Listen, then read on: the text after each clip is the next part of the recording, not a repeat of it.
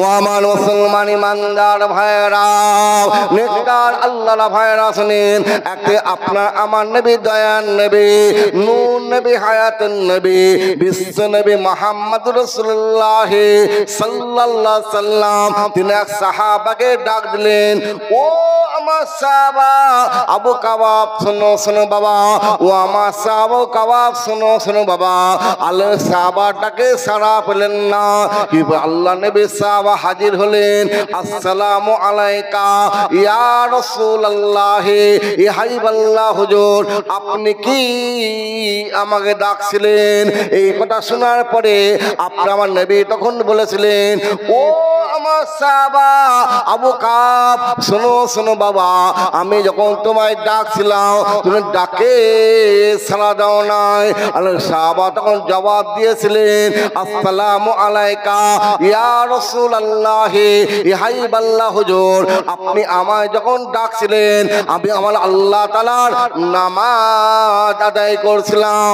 এই কথা শোনার পরে আপনার নবী তখন বলেছিলেন, ও আমার সাহাবা আবু কাওয়াব, শুনো শুনো বাবা, কোরআন শরীফের এই আয়াতখানা বড় নয়, আমার আল্লাহ কোরআন শরীফের মধ্যে বলে দিয়েছেন, বিসমিল্লাহির রহমানির রহিম, ইয়া আইয়ুহাল্লাযীনা ওয়ালির রাসূলি ইজা দাওয়াকুম। আল্লাহ নামাজি বান্দাকে ডাকে, শুনে নামাজ ছেড়ে দিয়ে নবীর ডাকে সাড়া দাও। তিনি কথোপকথন করলে কথোপকথন করো, আলাপ আলোচনা করলে আলাপ আলোচনা করো, এমনকি বাজারে হুক বলে বাজারে চলে যাও, বাজারের কাজ সমাপ্ত করে এসে তারপর থেকে বাকি নামাজ আদায় করলে শুরু থেকে শেষ পর্যন্ত সমস্ত সময়টা আমার আল্লাহ তাআলা আপনি আমার নবীর ওসিলায় নামাজের মধ্যে লিখে দেয়। বলুন সুবহানাল্লাহ,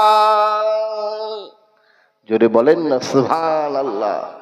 মুসলমান ইমানদার ভাইরা নেককার আল্লাহর ভাইরা শুনেন, আল্লাহর রাসূল একটা হলো জিকিরের সঙ্গে আর একটা ফিকিরের সঙ্গে। মুসলমান জিকির করলে হবে না, ফিকিরও করা লাগবে।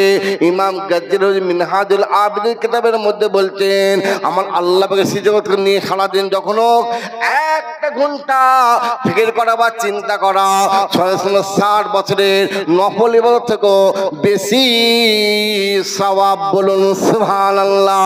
মুসলমান খেয়াল করে দেখুন, ৬৬০ বছর আল্লাহ নফল ইবাদত করলে আল্লাহ যে সওয়াব দান করেন, সারাদিন যখন একটা ঘন্টা আল্লাহ সৃষ্টিকে নিয়ে ফিকির বা চিন্তা করলে আল্লাহ ৬০ বছরের নফলের থেকে বেশি সওয়াব দান করেন। আর একটা আল্লাহ হলো তাজিমের সঙ্গে। এই তাজিমকে আল্লাহ তিনটি ভাগে ভাগ করে দেন। একটা তাজিম হলো বাইতুল্লাহ, আল্লাহর ঘর কাবা শরীফের তাজিম করতে হবে। বলুন সুবহানাল্লাহ। উলামা কিতাবের মধ্যে বলছেন, কাবা শরীফ পিছন করে বা পিঠ করে বা সামনের দিকে মুখ করে আপনি পেশাব পায়খানায় বসতে পারবেন না। বসতে গেলে আপনার উত্তর দক্ষিণ মুখে বসতে হবে। শুধু তাই নয় কাবা শরীফ আপনি মুখ করে থুতুও ফেলতে পারবেন না। শুধু তাই নয় কাবা শরীফ মুখ করে আপনি কাবা শরীফ থেকে আপনি পাও করতে পারবেন না। তাজিম হলো কিতাবুল্লাহ, আল কুরআন, ইবাদতুল্লাহ, আল্লাহর ইবাদত। নামাজের তাজিম করতে হবে। নামাজের তাজিম হলো উযু করে পাক হয়ে আল্লাহর নামাজ আদায় করতে হবে, তবে আপনার নামাজটা আল্লাহ পাকের দরবারে কবুল হয়ে যাবে। বিনা যে নামাজ পড়লে আপনার নামাজ আদায় হবে না। ৩ নম্বর তাজিম হলো কিতাবুল্লাহ, আমার আল্লাহর পাক কালাম কুরআন শরীফের তাজিম করতে হবে। তাজিম হলো উযু করে পাক হয়ে কুরআন শরীফ তেলাওয়াত করতে হবে, বা উযু করে পাক হয়ে কুরআন শরীফ তেলাওয়াত করতে হবে। বিনা উযুতে কুরআন শরীফ তেলাওয়াত করতে পারবেন না। বিনা উযুতে আমার আল্লাহর পাক শরীফে আপনি স্পর্শ করতে পারবেন না। কুরআন শরীফ স্পর্শ করতে গেলে বা ছুঁতে গেলে উযু করে পাক হয়ে করতে হবে। বিনা উযুতে কুরআন শরীফ নিয়ে তেলাওয়াত করতে পারবে, বিনা উযুতে কুরআন শরীফ স্পর্শ করতে পারবেন না। যে রমজান শরীফ মাসে আল্লাহর পাক কালাম কুরআন শরীফ আল্লাহ নাজিল করেছিলেন কত বছর ধরে? 23 বছর ধরে। নবী পাকের যে কুরআন শরীফ আল্লাহ যখন যে ফেরেশতা যায় নাজিল হতো, নবী পাককে জিবরাইল ফেরেশতা কি করলেন? তিলাওয়াত করে শোনাতেন। নবী পাক ও জিবরাইলকে তিলাওয়াত করে শোনাতেন। হুজুরের ইন্তেকাল যে বছর হলো, শেষ কোরআন শরীফ পরিপূর্ণ আল্লাহ নাজিল করলেন, ওই বছরে নবী পাককে জিবরাইল এসে বললেন, হাইবাল্লাহ হুজুর, আপনি কোরআন শরীফ তিলাওয়াত করুন।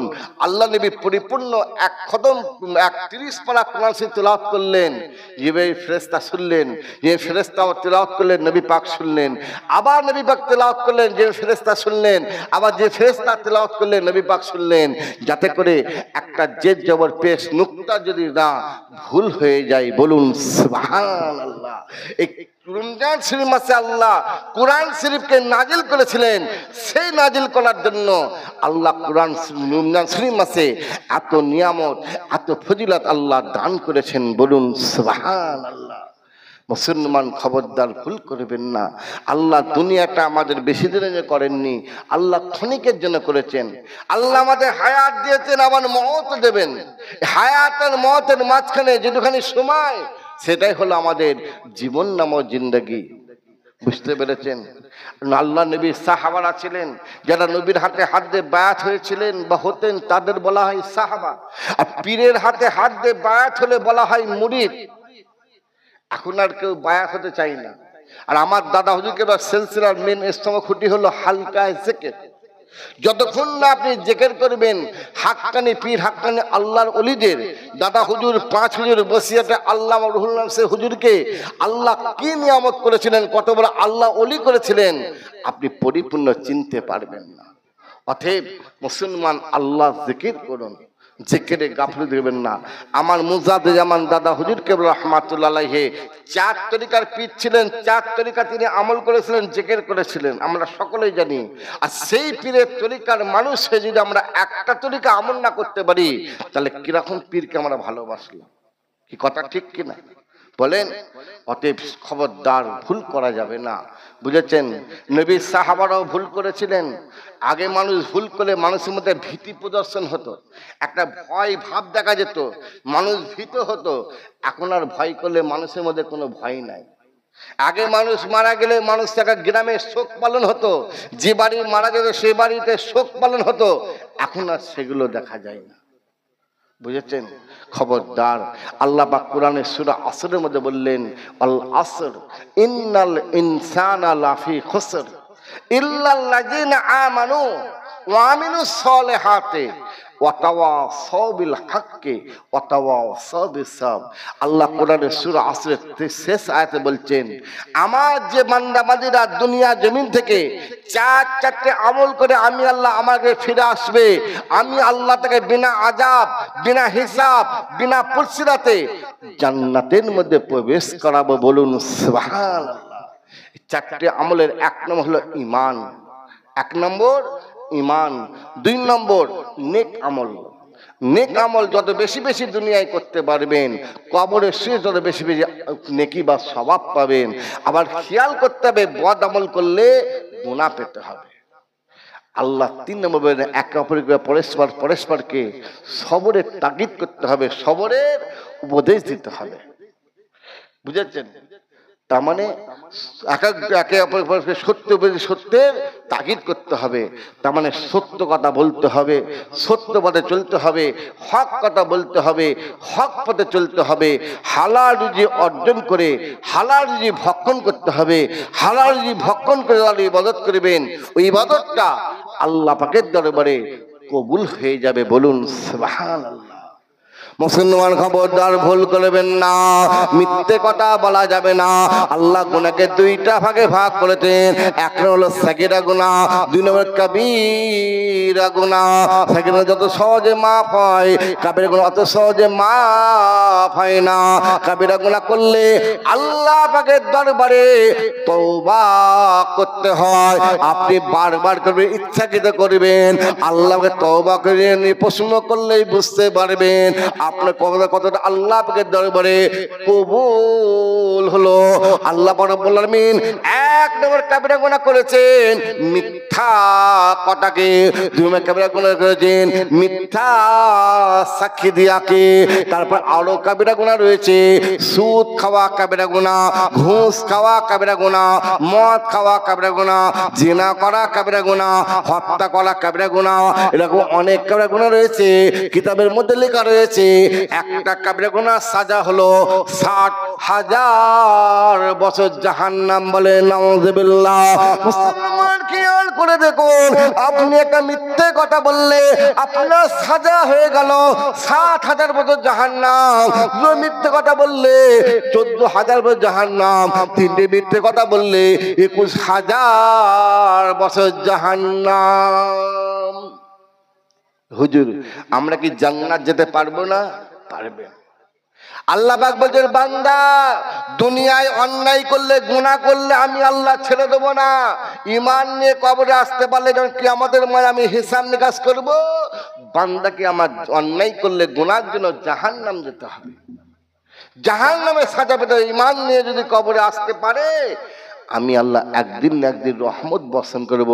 বান্দা আমি আল্লাহ আমার বান্দাবান্দিকে আমার রহমতকে তুলে নিয়ে আমি আল্লাহ নাজাত দিয়ে দেবো। বলুন সুবহানাল্লাহ। হ্যাঁ ভাই, আমরা আইয়ামে জাহাজের যুগের পরিস্থিতি বা অবস্থা কি ছিল আমরা শুনেছি, তাই না? হ্যাঁ, ওয়াজের মাধ্যমে শুনেননি? আইয়ামে জাহাজের যুগ কিরকম ছিল? মানুষ অত্যাচার করত, মানুষ জুলুম করত, মানুষ মিথ্যায় ডুবেই গিয়েছিল, মানুষ কি করত? মানুষকে হত্যা করত, মানুষ কি করত? জুয়া খেলতো, মানুষ মানুষকে খুন করত, খুন করে সেই আবার তাদের মাথার খুঁড়িতে করে শরাব পান করত। শুনেছি না? হ্যাঁ গো, বর্তমান সময়টা আর আগে যে আইএমএ যাদের যুগ শুনেছি, যে যা পরিস্থিতি হয়েছিল, বর্তমানের সঙ্গে খুব বেশি তফাৎ কি আছে দেখা যাচ্ছে? হ্যাঁ, সে সময় চলে এসেছে। বুঝেছেন? 30 বছর আগে জমি কিনেছে, 30 বছর আগে জমি কিনেছে, যার কাছে তিনি চলে গেছেন দুনিয়া ছেড়ে, তার ছেলেরা চলে গেছে, তার ছেলে চলে গেছে, তার ছেলেরা এসে বলছে আমার দাদুতে এত বড় জমি তোমায় বিক্রি করে নে, তুমি যে আমার দাদুকে জমি কিনেছিলে এত জমি তো নয়, এই জমি আমি মাপবো, মেপে দেখবো। দেখেছেন? একটা জায়গা আপনি ফেলে রাখেন, দামি জায়গা হলেই মানুষ জোরপূর্বক আত্মসাৎ করে নিচ্ছে। বুঝেছেন? যে পরের জিনিস নেওয়া যাবে কি যাবে না, পরের জিনিস নিলে কি হবে, জোর করে মিথ্যে কথা বললে কি হবে, আর এসব কিছুই মানুষের কাছে নেই। বুঝেছেন? খবরদার মুসলমান, যে ওয়াজ আমরা আগে শুনেছি ওই ওয়াজ আমরা আর পাবো না। ওয়াজ করে গেছেন আমার আব্বাজান হুজুর পীর কেবলা রাহমাতুল্লাহ আলাইহি, 5 হুজুর কেবলার পরে ওয়াজ করে গেছেন আমার বড় চাচাজান হুজুর কেবলা যারা ছিলেন, তিনারা মুরব্বীরা করে গেছেন। ওয়াজ করেছেন তিনাদের জামানায় যেসব আলেম ওলামারা ছিল, আব্দুল খালেক সাহেব, আব্দুল জলিল সাহেব, আব্দুল্লাহিল গালেব সাহেব, মৌলানা আবুল হোসেন সাহেব, আপনার বসিরহাটে মুফতি সাহেব, এনারা যে ওয়াজ করেছেন, এসব ওয়াজ আমরা শুনেছি। বুঝেছেন? এসব ওয়াজ আমরা শুনেছি। বুঝেছেন? কিন্তু এখন মানুষ যা করছে নিজের ব্যক্তিগত মন গড়া করে ফেলছে, যে যার ইচ্ছা মতো যা খুশি করছে। আল্লাহ হজকে ফরজ করেছেন ধনীদের জন্য, যে ধনীর জন্য আমি আল্লাহ হজকে ফরজ করলাম। আর যার হজ আদায় হয়েছে, যেহেতু আমি আল্লাহ হজকে একবার ফরজ করেছি, দুবার নাই, ও হজ ফরজ হলো একবার। বান্দে দ্বিতীয়বার আসতে চাই, তখন কি করবে? তখন বান্দাকে আর হজে আসতে হবে না, তখন বান্দা উমরা হজে আসবে। বলুন সুবহানাল্লাহ। আমরা আবার ভাগ করে ফেলেছি ছোট হজ বড় হজ। আরে আল্লাহ, বুঝেছেন? এখন আবার বড় হজে খরচা বেশি বলে সব ছোট হজে যাচ্ছে। কেউ মশলা জানছে না, যেতে পারবো কি পারবো না, গেলে কি হবে, যাওয়া যাবে কি যাবে না, এ দেখতে যায় না। পয়সা আছে বের করছে, এজন্য আছে তাদের ঘরে টাকা দিলে উমরা হজ করে নিয়ে চলে আসছে। শরীয়তের মশলা আমরা কেউ জানতে চাইছি না। শুনে রাখেন, শরীয়তের মশলা হলো হজ। আল্লাহ যাদের হজকে ফরজ করেছেন তাদের ফরজ হজ আদায় করতে হবে। সে যদি উমরা হজ করে তার ফরজ হজ আদায় হবে না, তাকে পুনরায় গিয়ে ফরজ হজ আদায় করতেই হবে। তার ছাড় নেই, মাপ নেই, যার হজ ফরজ হয়ে গেছে। আর যার হজ ফরজ হলে সেই যেতে চায়, ইসলাম বলছে ফরজ হজে যেতে হবে, উমরা হজে না। উমরা হজ করা যাবে না। আর যদি আপনি উমরা হজে যান, যেতে পারবেন, কিন্তু কাবা শরীফ দেখার সঙ্গে সঙ্গে আপনার জন্য হজ ফরজ হয়ে যাবে। আপনাকে আবার পুনরায় ফরজ হজ আদায় করতেই হবে, আপনার ছাড় নেই, মাফ নেই। একজন মানুষের কুরবানি অজেব হয়নি, সে এখন মনে মনে নিয়ত করেছে আমি সামনে বছর কুরবানিতে একটা গরু কুরবানি দেবো। সবাই করতে পারে কি পারে না? মাশাআল্লাহ, তাকবীর দেন, নারে তাকবীর, আর তাকবীর দেন, নারে তাকবীর। সিলসিলায়ে ফুরফুরা শরীফ, সিলসিলায়ে ফুরফুরা শরীফ জনাব পীরজাদা মাওলানা মোহাম্মদ জুনায়েদ সিদ্দিকী ভাইজান হুজুর বলেন জিন্দাবাদ। জনাব মাওলানা মোহাম্মদ জুনায়েদ সিদ্দিকী ভাইজান হুজুর বলেন জিন্দাবাদ। নারে তাকবীর, নারে তাকবীর। মাশাআল্লাহ, ভাই এসে পৌঁছে গেছেন, তো এই সময় আসবে। যে কথা বলছিলাম, মুসলমান একজনের কুরবানি ওয়াজিব হয়নি, সে এখন শখ করে বলে আমি সামনে বছর একটা গরু কুরবানি দেবো, সে দিতে পারবে কি পারবে না? পারবে।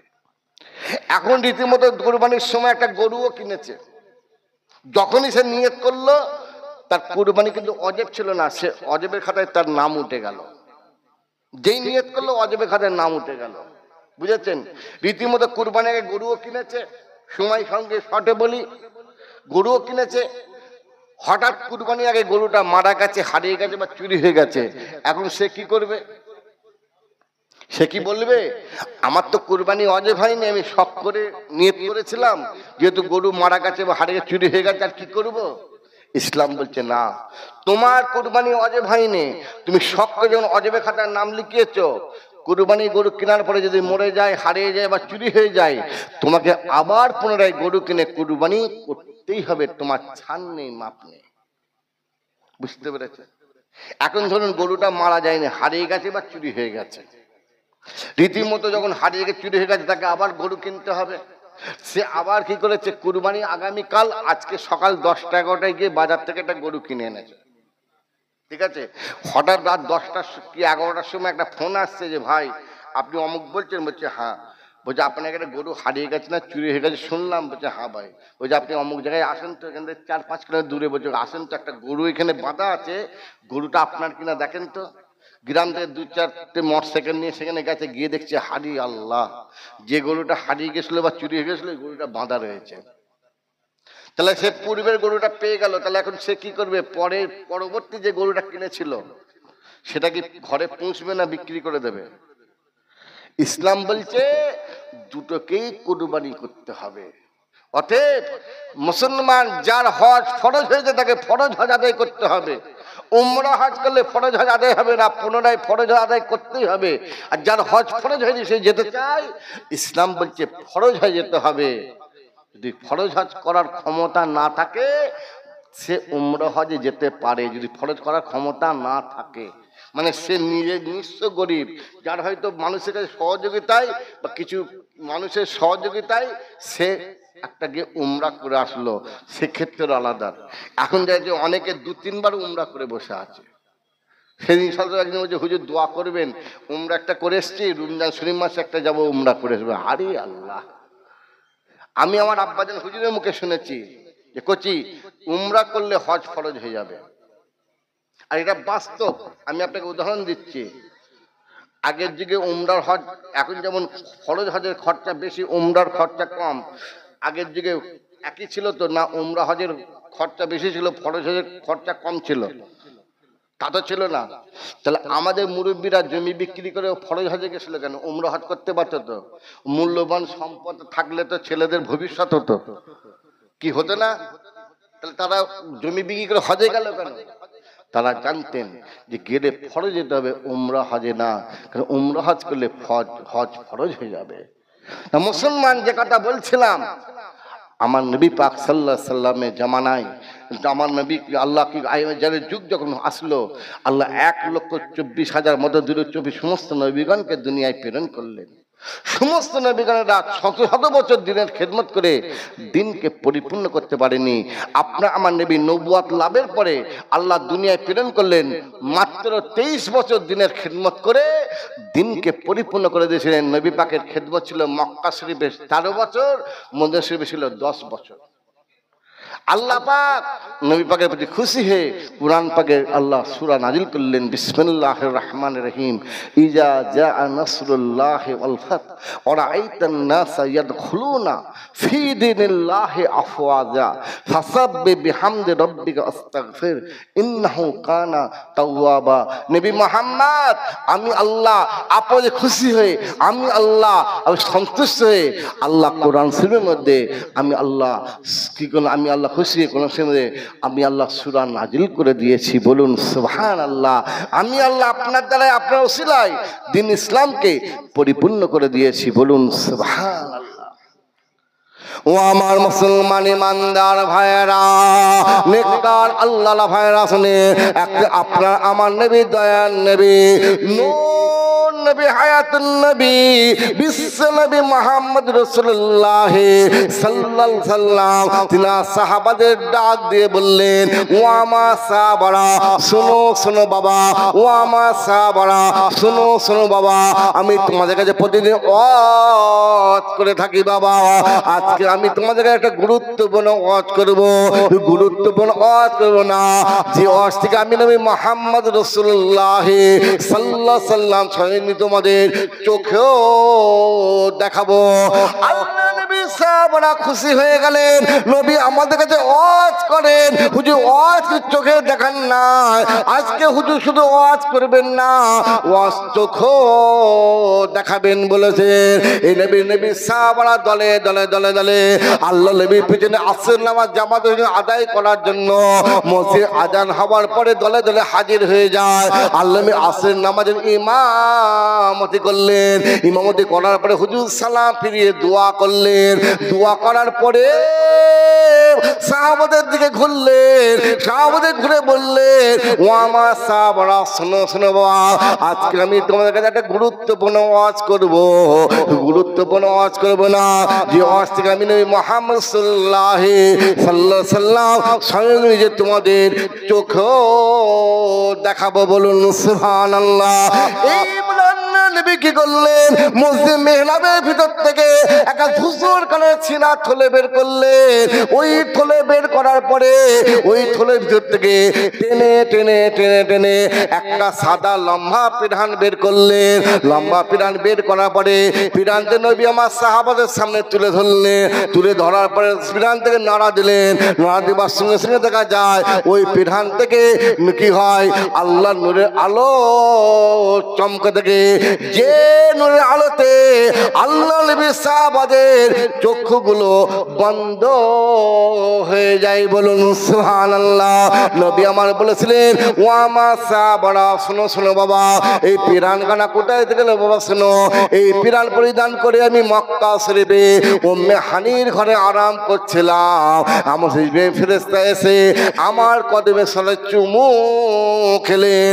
আমার ঘুম ভেঙে যায়, আমি চোখ খুলে দেখতে পাই আমার পদতলে আল্লাহ পাকের ফেরেশতা জিবরাইল দাঁড়িয়ে রয়েছেন। আমি জিবরাইলকে প্রশ্ন করলাম, ও জিবরাইল কি করলেন কি করলেন, আপনি সহজে আমার কদমে কেন চুমু খেলেন? জিবরাইল ফেরেশতা বলেছিলেন, ইয়া রাসূলুল্লাহ, ইয়া হাবিবাল্লাহ হুজুর, আপনি যে ঘুম থেকে জাগানোর জন্য বা চেতনা করার জন্য আমার আল্লাহ আমাকে হুকুম করেছেন, আমি যে সেইভাবে আপনাকে ঘুম থেকে জাগিয়েছি। বলুন সুবহানাল্লাহ। মুসলমান, আল্লাহ কোরআন থেকে পরিষ্কার আল্লাহ ঘোষণা করেন, পাতজাকুম মিনাল্লাহি নূরুন ওয়া কিতাবুম মুবিন, নিশ্চয় আমি আল্লাহ আমার নিকটে নূর নবী সাল্লাল্লাহু আলাইহি সাল্লাম আমার রওশন কিতাব কোরআন শরীফকে আমি আল্লাহ নাজিল করেছি। বলুন সুবহানাল্লাহ। নবী হলেন নূরের তৈরি, আমরা হলাম মাটির তৈরি, আর জিন জাতি হলো আগুনের তৈরি। বুঝেছেন? নবীও মাটি যদি বলেন, নবীও মাটির বললে আনা বাসার, আল্লাহ কোরআন পাকে বলেছেন, নবী মুহাম্মদ আপনি বলে দেন আনা বাসার, আমিও মাটির, কিন্তু আমাদের মতো মাটি নাই।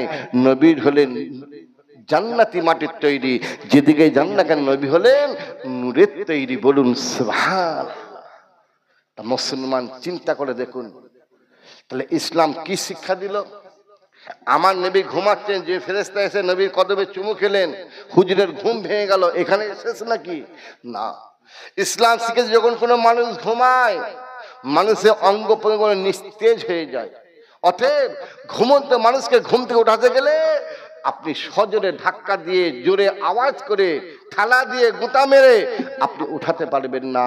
আস্তে আস্তে সহানুভূতির সঙ্গে ঘুম থেকে উঠতে হবে। কি বাচ্চা, কি বড়, কি মহিলা, কি পুরুষ, সকলের জন্য ইসলামে একই হুকুম। কিন্তু আমরা সেটাকে সকলে পালন করি না।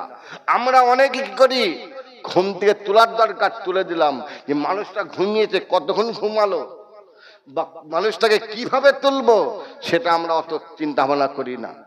যে কারণে কি হচ্ছে, বর্তমান আমাদের মধ্যে নার্ভের সমস্যা, প্যারালাইসিস, স্ট্রোক, এই রোগগুলো একাধিক হারে বেড়ে গিয়েছে। বুঝেছেন? আর একটা বিষয় আছে, নবী পাক সাল্লাল্লাহু আলাইহি ওয়াসাল্লাম ঘুমোচ্ছেন, যে ফেরেশতা নবী পাকের কদমে চুমু খেলেন, হুজুরের ঘুম ভেঙে গেল। বুঝেছেন? তা কথা হচ্ছে, এখন আবার দেখছি কিছু কিছু জায়গায় মানুষ মুসাফা করে চুমু খেতে, ইয়ে আবার কোত্থেকে আসলে রে বাবু? হ্যাঁ, এবার নতুন জিনিস তৈরি হচ্ছে নাকি? মুসাফা করবেন, এতটুকুই শেষ। আমাদের মুরব্বীরা শিখিয়েছেন, অনেক মুসাফা করে চুমু খেতে, এটা বেরেলিরা করে।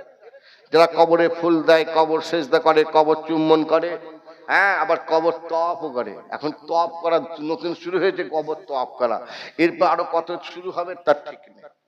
বুঝেছেন? যেমন নামাজে আমরা হাত বাঁধি নামির নিচে, এখন একদল মানুষ বলছে না, বুকে হাত বাঁধতে হবে। অনেকে বুকে হাত বাঁধছে, বিশেষ করে যেসব ছেলেরা বোম্বে দিল্লি কাজে যাচ্ছে, তারা এসে আবার বুকে হাত বেঁধে জোরে আমিন বলছে। যারা শরীয়ত বোঝে না, মারেফাত বোঝে না, কিছুই বোঝে না, বুকে হাত দিয়ে আমিন বলে বিভ্রান্ত তৈরি করছে। আরে বুকে হাত কেন দেবেন আর নাবির যে হাত কেন বাঁধবেন জানতে হবে তো। চার ইমাম, চার মযহাব, এই একটা ইমামকে আপনি অস্বীকার বা অবহেলা করতে পারবেন না, ইমানের প্রতি কমজোরি এসে যাবে। চারটে ইমামকে আপনাকে মান্য করতে হবে, কিন্তু অনুকরণ করতে হবে আপনার যিনি ইমাম। আমরা হলাম আহলে সুন্নাত ওয়াল জামাতের মানুষ, আমরা হলাম হানাফি মুজাবের মানুষ। আমাদের ইমাম হলেন চার ইমামের বড় ইমাম, ইমামে আজম আবু হানিফা। বলুন সুবহানাল্লাহ। ইমামে আজম আবু হানিফা হুজুর বললেন, নামাজের সময় পুরুষরা হাত বাঁধবে নাভির নিচে, মহিলা বুকের ওপরে। ইমাম সাহেব সূরা ফাতিহা শেষ করলে মনে মনে আমিন বলবে।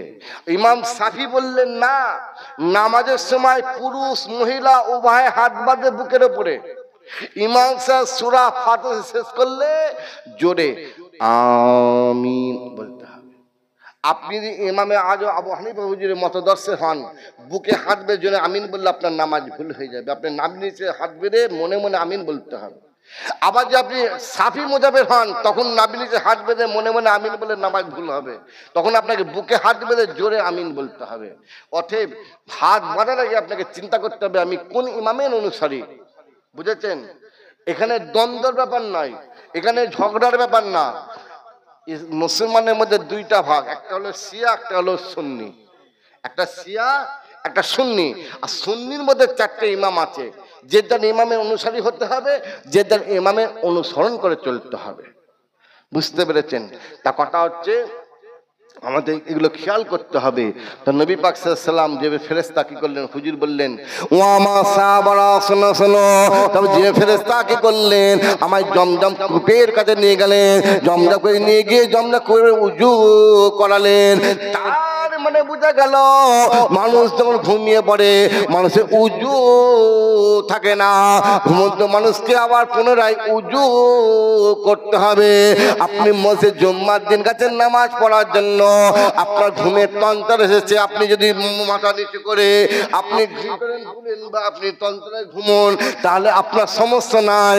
আপনি মসজিদ দেয়ালে বা থামে হালান দিয়ে নাক দিয়ে নাক ডাকতে শুরু করেন, তাহলে আপনার উযু থাকবে না, আপনাকে আবার পুনরায় উযু করে নামাজ আদায় করতে হবে।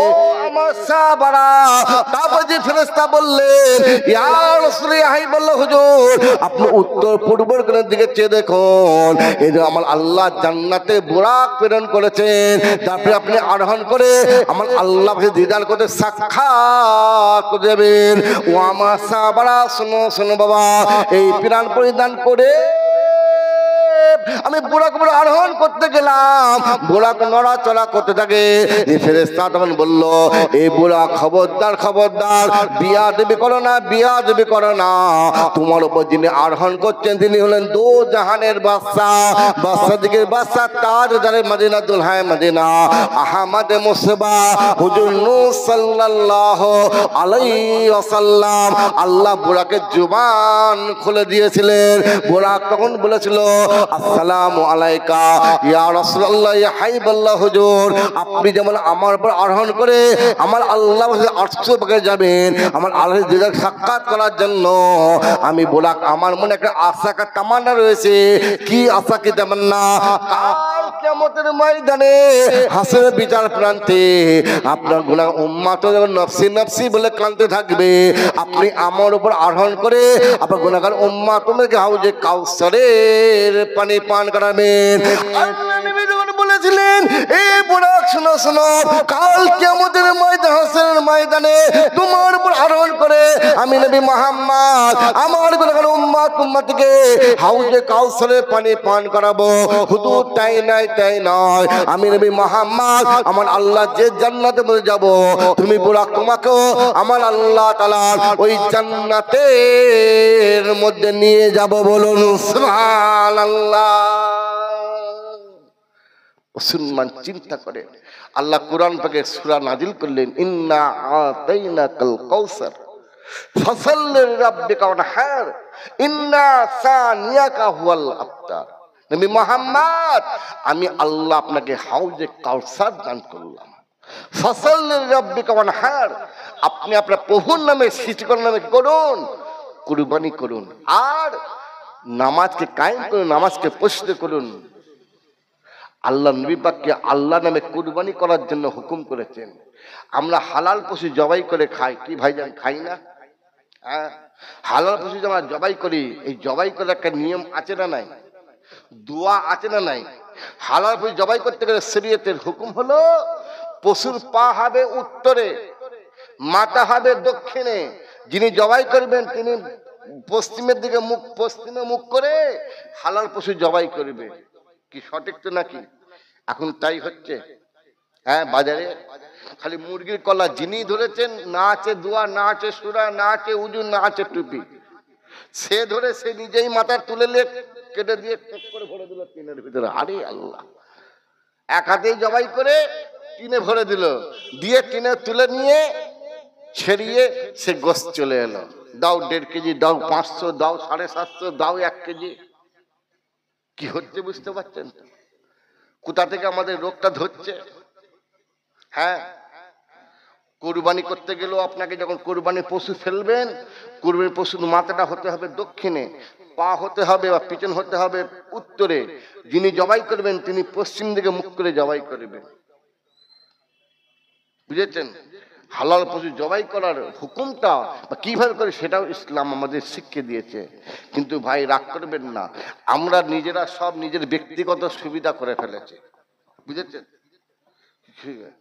আগে আমাদের মুরব্বীরা বিয়ে শাদী করেছিলেন তো নাকি হ্যাঁ গো আপনাদের মুরব্বীরা বিয়ে শাদী করেছিলেন তো না যেখানে ভালো মেয়ে দেখতে পেয়েছিল কি গো ভালো আছে তো চলো না দুজনে ঘর করি বলে সাইকেলে পিছনে চাপিয়ে নিয়ে চলে আসছিল তা তো আসেনি তখন বিয়ে ছিল কিরকম আগে ছেলে বলে দেখাশোনা ছেলে মেয়ে দেখাশোনা হবে তারপরে একটা পাঞ্চিনি বলেন বা দিনখানি বলেন দিন আটা বলেন হ্যাঁ কেউ বলে জব কেউ বলে আশীর্বাদ কেউ বলে দিন ঠিক এক এক জায়গায় এক এক পরিচিত সেটা হতো উভয় পক্ষে 30 জন করে বা 20 জন করে বা 15 জন করে থেকে একটা বিয়ে শাদী মুবারকটা কিভাবে পরিপূর্ণ হবে একটা মেয়েকে কিভাবে সাজিয়ে নিয়ে যাওয়া হবে দিনা পাওনা নয় খুশি করে কি কি ছেলের বাপ কি দেবে মেয়ের বাপ কি দেবে সে একটা আলোচনা হতো বরযাত্রী কত আসবে কোন যাত্রী কত যাবে আলোচনা হতো তারপরে ছোট্ট করে দোয়া হতো খানা পিনার আয়োজন হতো তাই তো এখন আবার সেখানে বলছে রেস্টই করলাম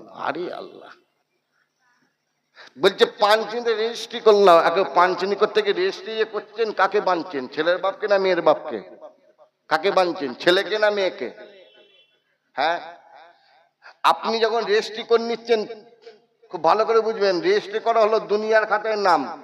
আর যখন ইমাম সাহেব বা কোনো আলেম শরীয়তি মাসলা অনুযায়ী, নিয়ম অনুযায়ী আগে কি করবে? মহারণা নির্ধারণ করবে, বুঝেছেন? নির্ধারণ করার পরে তারপরে মেয়ের কাছে ইজাজত নেবে, ছেলের কাছে এসে বিয়ের খুতবা পড়বে, পড়ার পরে কবুল করাবে, মানে শাদী মুবারক পড়ানো হবে শরীয়ত মোতাবেক। তবে তো তারা স্বামী স্ত্রী বলে গণ্য হবে, স্বামী স্ত্রী বলে জায়েজ হবে একে অপরের জন্য। তখন ছেলে মেয়েকে এক ঘরে করতে পারবেন। কি ঠিক বলছি না ভুল? রেজিস্ট্রি করলে হবে? ছেলে মেয়েকে স্বামী স্ত্রী বলে গণ্য করতে পারবেন? ছেলে মেয়ে স্বামী স্ত্রী বলে গণ্য হবে? আপনি রেজিস্ট্রি করেন, ছেলে মেয়ে জানলো আমাদের বিয়ে তো পাক্কা হবেই। এখন 100% 100% ছাড় নেই। তাহলে তারা তো একটু অবৈধভাবে ঘোরাফেরা, বাইকে ঘুরবে, একটু আপনার ফোনে আলাপ আলোচনাগুলো একটু জোরালো আকারে করবে, এগুলো শুরু হবে। তো তারা স্বামী স্ত্রী কথা বলবে না বেগানা নারী পুরুষ কথা বলবে? স্বামী স্ত্রী ঘুরবে, বেগানা নারী পুরুষ ঘুরবে। তো যখন আপনি বিয়ের আগে রেজিস্ট্রি করে দিলেন পাঞ্চনিতে, মা বাপ কত বড় জেনার গুণাগার হলেন একটু চিন্তা করে দেখেছেন? ফিজিক্যাল রিলেশন শুধু জেনা নয়, ফিজিক্যাল রিলেশন, অবৈধ ফিজিক্যাল রিলেশন যেমন জেনা আছে, হাতের জেনা আছে, চোখের জেনা আছে, কি নাই? হ্যাঁ, খবরদার। অতএব যেভাবে আমাদের মুরব্বীরা ইসলামকে হুকুম মোতাবেক আগে বিয়ে শাদী মুবারক পড়িয়েছিল, তারপরে কি করেছিল? তারপর দুনিয়াবি যে আইন আছে সেটাকে আমরা মানি, সম্মান, ইজ্জত করি, সম্মান করি, সে অনুযায়ী রেজিস্ট্রি হয়েছিল। এখন অনেকে বলে রেজিস্ট্রি করে চলে যায়, পরে ইমাম সাহেব আশীর্বাদ বিয়ে পড়িয়ে দেবে। খবরদারি কাজ করবেন না। যতক্ষণ না ইসলামের আল্লাহর খাতায় নাম উঠবে ততক্ষণ দুনিয়ার খাতায় নাম তুলতে যাবেন না। তোলা মানে আমাদের কি হবে? ইসলামের আইনকে আমাদের কি হবে? অপমান করা হবে। কথা ঠিক না ভুল? কি ঠিক না ভুল বলেন? অপমান করা হবে না? খবরদার। যেভাবে আমাদের মুরব্বীরা করে গেছিল সেভাবে করবেন। সেইভাবে যারা বিয়ে শাদী করেছে, সুখের সংসার তাদের আল্লাহ দিয়েছেন, সুখের সংসার করেছেন, এখনো সেই মোতাবেক হলে আল্লাহ আমাদেরও ছেলে মেয়েদের সংসারকে সুখের করবেন। বলুন সুবহানাল্লাহ। আবার এক জায়গায় বিয়ে করতে বলছে মহারানা কত? বলছে 2000 টাকা। আরে আল্লাহ, 2000 টাকা মহারানা হয়? সর্বনিম্ন 5000 টাকা মহারণা করতে হবে। আর মহরে ফতেমা যদি করেন, এখন কম বেশি 85,000 টাকা হয়েছে। যে মহারানা আলী হযরত আলী কানু হুজুর আমার নবী বেটি ফতেমাকে দিয়েছিলেন, সেটা করলে 85,000 টাকা, বুঝেছেন? আর সর্বনিম্ন 5000 টাকা করবেন মহারানা, বুঝেছেন? আবার একটা মশলা শুনে রাখেন, বুঝেছেন? খালি ওয়াজ শুনলে হবে না, ওয়াজ শুনলে এক কান্দে ঢুকবে এক কান্দে বেরিয়ে চলে যাবে, এই হুই হুই হুই হবে, আর কিছু না। মেয়ের বিয়ের সময় কুনে যাত্রী বা মেয়ের বাপ যাদের দাওয়াত করবে তারা আসবে, খাবে দাবে, থাকতেও পারে নাও পারে, তার ইচ্ছা, দরকার হয় আবার খেতে পারে, খেয়ে উঠে ঘুরে আবার খেতে পারে, তার ইচ্ছা। কিন্তু ছেলের বাপ যাদের দাওয়াত করবে তারা যতক্ষণ না বিয়ে পড়ানো হবে মেয়ের বাপের খেতে পারবে না। একজন বেদাওতি চুরি করে খেয়ে গেলে যে গুনাহ, আর বিয়ে পড়ানোর আগে বরযাত্রী হয়ে মেয়ের বাপের খাওয়া, শরীয়ত বলছে একই গুনাহ। বুঝতে পেরেছেন? অতএব যতক্ষণ না বিয়ে পড়ানো হবে ছেলের বাপের সাথে মেয়ের বাপের আত্মীয়তা হবে না, যতক্ষণ না আত্মীয়তা হবে আপনি ছেলের মেয়ের বাপের খেতে পারবেন না। কেন? ছেলের বাপ আপনাকে দাওয়াত দিয়ে এসছে, মেয়ের বাপ আপনাকে দাওয়াত দেয়নি। এই বলে হুজুর মুসলমান তো ভাই ভাই, খেলে সমস্যা কোথায়? আপনি বিয়ের খানা খেয়ে চলে গেলেন, কিসে খানা খাচ্ছেন? বিয়ের খানা। এবার এজেন্টনিতে এসে যদি ইমাম সাহেব বলে অমুক জায়গার অমুক নিবাসী অমুক ছেলে এত টাকা দেনমোহরে বিনে তোমায় বিয়ে করতে যায়, তুমি রাজি আছো? মেয়ে যদি বলে আমি বিয়ে করবো না, আমাকে জোর করে বিয়ে দিচ্ছে। পৃথিবীর কোন আলেম আছে, কোন পীর আছে, কোন ওলি আছে, কোন কুতুব, কোন গওস আছে ওই মেয়ের আর বিয়ে পড়াতে পারবে? আছে? কারোর ক্ষমতা আছে? আর কারোর ক্ষমতা নেই। এবার যদি মেয়ে বলে আমি বিয়ে করবো না, জোর করে বিয়ে দিচ্ছে, তাহলে কি হবে? বিয়ে তো হবে না। আপনি খেয়ে গেছেন বিয়ের খানা, তাহলে কি হবে? আবার তো মেয়ের বাবাকে ছুটে আসতে হবে যে ভাই ভুল হয়ে গেছে, আমি তো বিয়ের খানা খেয়ে চলে গেছি ভাই, এখন কি হবে? ওই জন্য ইসলাম শরীয়ত বলছে বরযাত্রী গিয়ে আগে শাদী মোবারক করাবেন শরীয়ত মোতাবেক, তারপরে এবার খান না আপনি। দরকার হয় একবার খেয়ে ঘুরে এসে আবার বসেন না, দু হাত পা মেলে খান না, কত খাবেন, কোনো অসুবিধা নেই। বুঝেছেন? এই ইসলামের হুকুমগুলো, ইসলাম আইনগুলোকে আমাদের মেনে চলতে হবে, খবরদার ভুল করবেন না। ও আমার মুসলমান ইমানদার ভাইরা, নেককার আল্লাহর ভাইরা শুনে তারপর নবী আমার বললেন, ও আমার সাহাবারা, এই পিরাল পরিধান করে আমি বোরাকের উপর আরোহণ করলাম। তারপরে বোরাক মাটি হেঁটে হেঁটে চলে যায়। আমি মনে মনে চিন্তা করলাম, বোরাক তো উচ্চ আকাশ গমন করবে, মাটি হেঁটে চলে যায় কেন? এমন সে একটা জায়গা আসলো যে ফেরেশতা বলল, ইয়া রাসূলুল্লাহ, ইয়া হাবিবাল্লাহ হুজুর, আপনাকে এখানে একটু তাসরিফ নিয়ে আসতে হবে। এই দেখুন বাইতুল মুকাদ্দাস, মসজিদ আকসা, যেখানে আপনার 2 রাকাত নামাজ আদায় করতে হবে। বলুন সুবহানাল্লাহ। শুনো শুনো বাবা, আমি এই প্রাণ পরিধান করে মসজিদ আকসা বাইতুল মুকাদ্দাসে প্রবেশ করলাম। প্রবেশ করে দেখতে পাই 1,24,000 মত 2,24,000 সমস্ত নবীগণ হাজির হয়েছেন। এই ফেরেশতা আমার ডান হাত মোবারক ধরে নিয়ে ইমামের জায়গায় দাঁড় করে দিয়ে বলল, ইয়া হাবিবাল্লাহ হুজুর, আজকে সমস্ত নবীগণকে নিয়ে 2 রাকাত নামাজ ইমামতের হুকুমটা আমার আল্লাহ তাআলা আপনাকে নির্দেশ দিয়েছেন। বলুন সুবহানাল্লাহ। শুনো শুনো, এই পিরান পরিধান করে সমস্ত নবীদের সঙ্গে নিয়ে আমি 2 রাকাত নামাজের ইমামতি করেছি। সেখানে আমার আল্লাহ আমার নবীকে করে দিলেন ইমামুল মুরসালিন। বলুন সুবহানাল্লাহ। নবী শুধু আমাদের ইমাম ছিলেন না, নবী হলেন সমস্ত নবীগণের ইমাম। বলুন সুবহানাল্লাহ। ও আমার সাহাবারা শুনো শুনো, তারপরে বুড়াকে আরোহণ করলাম। বুড়া উচ্চ আকাশ গমন করে শুরু করলো। এমন একটা জায়গা আছে যে ফেরেশতা বলল, ইয়া রাসূলুল্লাহ, হাবিবাল্লাহ হুজুর, এরপরে আমি আর যেতে পারবো না, আপনাকে একা যেতে হবে। এরপরে গেলে আমি আল্লাহ নূরের তাজাল্লিতে জোরে ফুলে ছারকার হয়ে যাব। নবী আমার বললেন, ও জিবরাইল, যে পথ তুমি আমাকে একা যাওয়ার জন্য নির্দেশ করছো, ওই পথের ঠিকানা আমার আল্লাহ আমাকে অনেক আগে অবগত করে দিয়েছেন। বলুন সুবহানাল্লাহ। ও আমার মুসলমান ইমানদার ভাইরা, নবী আমার আল্লাহ পাকে আরশে পাকে গেলেন, আল্লাহ দিদার করলেন। শুধু তাই নাই, এই চামড়ার চোখে ততক্ষণ নবীর মন চেয়েছে হুজুর আমার তৃপ্তি ভরে আমার আল্লাহ তাআলাকে দেখেছিলেন। বলুন সুবহানাল্লাহ। মুসা সাল্লাম আল্লাহকে ফরিয়াদ করে, রব্বুল আলামিন, আল্লাহ, আমি তো আপনার কথা বলি, আমি তো আপনাকে চোখে দেখি নাই, আল্লাহ আমি আপনাকে দেখবো, আপনি দেখা যান। আল্লাহ বলেন, এ নবী মুসা, শোনো শোনো, তুমি আমায় দুনিয়ার জমিনে দেখতে পাবে না, দুনিয়ার জিন্দেগিতে তুমি আমায় দেখতে পাবে না, আমাকে দেখতে পাবে, আগে দেখতে পাবে, কিয়ামতের মাঝে আখিরাতে তুমি দেখতে পাবে, তুমি হাসরের মাঝে দেখতে পাবে, কিন্তু তুমি আমাকে দুনিয়ার জমিনে দেখতে পাবে না। মুসা সাল্লামের যে মানুষ ছিল, বলে আল্লাহ না না না, আমি আপনাকে দেখব।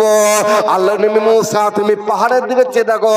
হুজুর চেয়ে দেখলেন আল্লাহ 70,000 নূরের তাজাল্লি থেকে এক চিমটি একটুখানি নূর ওই পাহাড়ে ছুঁড়ে দিলেন। পাহাড়টার সঙ্গে সে জ্বলে ফুলে ছারকার হয়ে গেল। মুসা সাল্লাম দেখে অজ্ঞান হয়ে মাটিতে লুটিয়ে পড়ে গেলেন।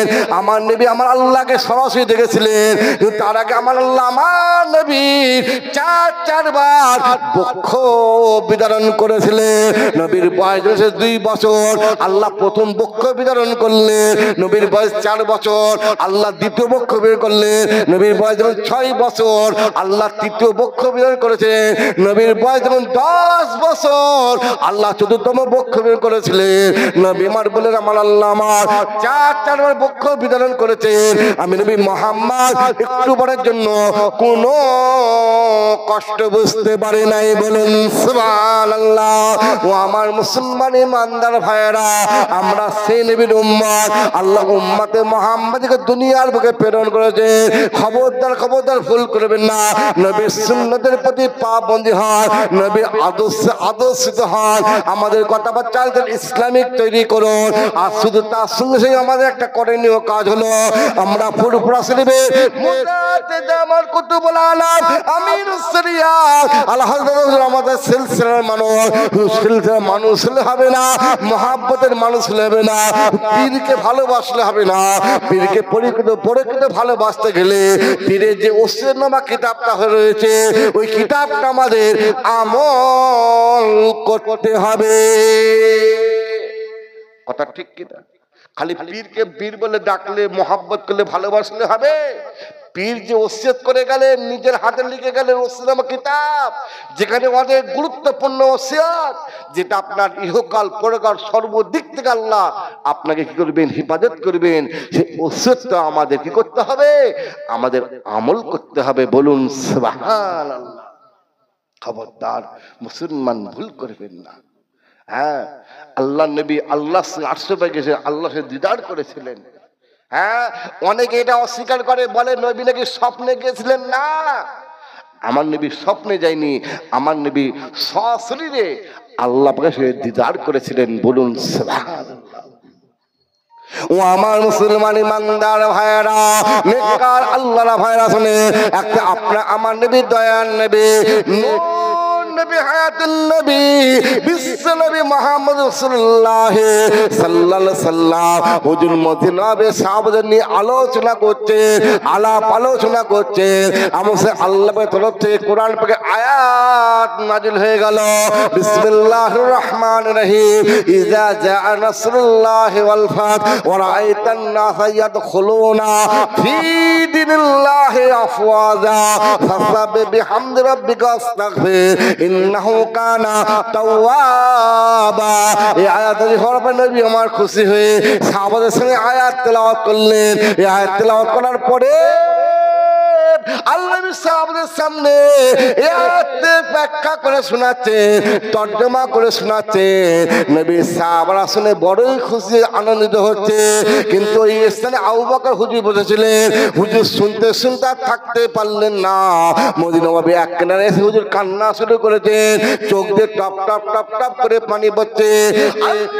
সাহাবারা বলতে থাকলেন, আমাদের মধ্যে আবু বকর হুজুর বসেছিলেন, তিনি কোথায় গেলেন? দেখো দেখো দেখো, তিনি তালাশ করো।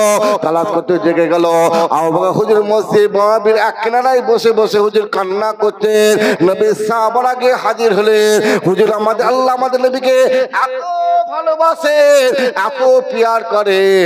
নবীর কাছে আমার আল্লাহ এত শুনে কোরআন পাকে আয়াত নাজিল করলেন, যে আয়াতের ব্যাখ্যা বা তর্জমা করে আমাদের নবী আমাদের শোনাচ্ছেন। আমরা শুনেই বড় খুশি হচ্ছে। আপনি কাঁদেন কিসের জন্য? আবু বকর হুজুর বলেছিলেন, ও নবীর সাহাবারা শুনে শোনো, আমার আল্লাহর পাক কোরআন শরীফের আয়াতের ব্যাখ্যা বা তরজমা দুইটা হয়ে থাকে বাবা। একটা হলো জাহিরি, একটা হলো বাতিনি। বাবা আমাদের নবী আমাদের এটা করে শোনাচ্ছে, সেটা হলো জাহিরি। আর এর বাতিনি মানেটা কি হবে? আল্লাহ তাআলা আমাকে অবগত করে দিয়েছে। এই বাতিনি ব্যাখ্যা হলো আমাদের নবী আর বেশি দিন দুনিয়ায় থাকবেন না, আমাদের দুনিয়া থেকে বিদায় নিয়ে চলে যাবেন। আমরা নবী হারা হতে চলেছি, আমরা আমাদের নবীকে বেশি দিন দেখতে পাবো না। মুসলমান আল্লাহ ইলমকে দুইটি ভাগে ভাগ করে, একটা হলো জাহেরি, একটা হলো বাতিনি। বুঝেছেন? যারা একটা ইলম অর্জন করেছে আজকে তারা মোবাইলে বা বিভিন্ন ফতোয়া দিচ্ছে। এবার আমাদের বিশেষ করে মুরব্বীরা তারা বলছে ই কি হলো? এতদিন আমরা মুরব্বীদের কাছে বা ফুটপাত আদা হুজুর কেবলা পরে 5 হুজুর পীর কেবলা 5 হুজুর বা তিনার মুরব্বী আওলাদের কাছে আমরা যেসব কথা শুনেছি, যেসব ওয়াজ শুনেছি, যে মশলা শুনেছি, এখন তো মশলা উল্টে গেছে, অন্য হয়ে গেছে। হয়ে যাবে তো। একটা হলো জাহিরি বাতিনি ইলমের মশলা, একটা হলো শুধু জাহিরি ইলমের মশলা। দুটো মশলা, দুটো ফতোয়া কি এক হয়? হ্যাঁ, ওই জন্য আমাদের মুরব্বীরা বলতেন, বাবারা যাত্রার লেখা কিতাব পড়া যাবে না, কিতাব পড়ার আগে লেখকের বিষয়ে অবগত হতে হবে বা জানতে হবে। অতএব ইউটিউবে যাত্রার ওয়াজ শোনা যাবে না, যাত্রার ওয়াজ থেকে মশলা নেওয়া যাবে না। ওই আলেমের সম্পর্কে বা বক্তার সম্পর্কে আমাদের জানতে হবে, অবগত হতে হবে। বুঝেছেন? আমার নবীর দুশ্মনও মধ্যে আছে, যারা আমার নবীকে ছোট বড় মন্তব্য করছে, ছোট বড় কথা বলছে, আম্মা জানতে নিয়ে অনেক ছোট বড় মন্তব্য করছে। কি কথা ঠিক বলছে না ভুল গো? অনেকে বলতো মিয়া আজারি খুব ভালো বক্তা, খুব ভালো আলেম। বুঝেছেন?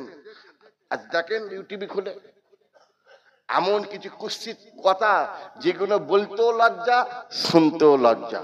আগো কথা ঠিক বলছি না ভুল বলতেছ? এলেম অত সহজ জিনিস নাই।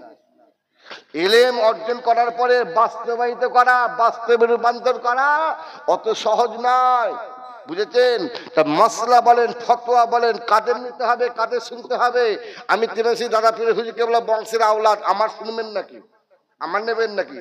না আমার ছোট ভাই জুনায়েদ সিদ্দিকী হুজুর এসছে, তিনি যেগুলো বলবে সেগুলো শুনবেন। শুনবেন নাকি? খবরদার না, শুনলে ভুল হবে। আমার কথা, আমার এলেম, আমার মাসলা, আমার ফতোয়া চলবে না।